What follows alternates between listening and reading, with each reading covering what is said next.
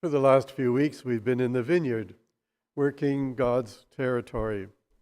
But now today, we're invited into the wedding banquet. The parable is about a king. And so imagine a king. You know you're going to get the best of everything at this wedding feast. Perhaps if we look to the first reading, just the description of the fine wines that are going to be there. So imagine the fine food, and imagine the entertainment. It's going to be great, it's going to be sumptuous, it's going to be wonderful. And you really don't refuse the invitation of a king, but obviously lots of people have. And so this becomes a parable once again of God's graciousness, of God's love, calling all people into his kingdom, and how few people decide to answer that call. And so here we are. We're at the banquet of the Lamb. Every time that we celebrate the Sunday Eucharist, you have responded to that invitation. And so here you are, in order to be nourished and celebrate the great love and this great mercy of God.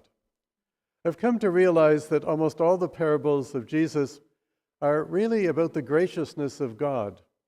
They may refer to the lack of response of the Pharisees and the scribes, but the overall thing has to be the graciousness of God, who gives us everything and who loves us with such great strength and with great passion.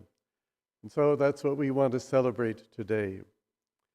Now there's one little small wrinkle in this parable, and that's the gentleman who doesn't have a wedding robe.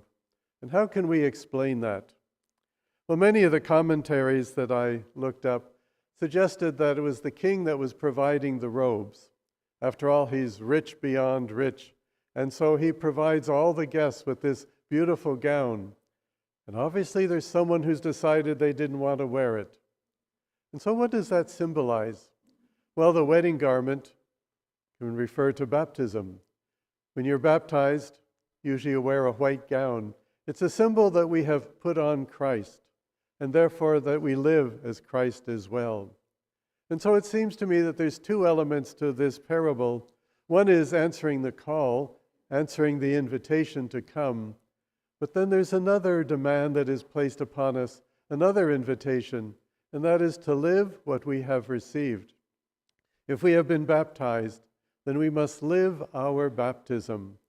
So many people today don't have that outer dimension of faith. Oh, they may claim they have faith deep in their hearts, but where is their faith? How do you see it? It's not visible. They're not wearing their gown. But we have to wear our gown. And so that means not only do we come to the Sunday Eucharist, to the banquet of the Lord, but it means that we also have to be people who are living this faith, living as disciples of Jesus. If we have put on Jesus, then we must be Jesus in everything that we do. But once again, the great mercy and love of God is revealed to us. So maybe our robe gets soiled. Maybe it gets torn. Is there no hope? Of course there's hope, because with God we celebrate the great sacrament of confession or reconciliation, where that robe can be once again cleansed and purified, made radiant, where all the repairs can be done in order that we are the people constantly wearing the wedding garment. And if we have our wedding garment, then we are ready to enter into the kingdom of God.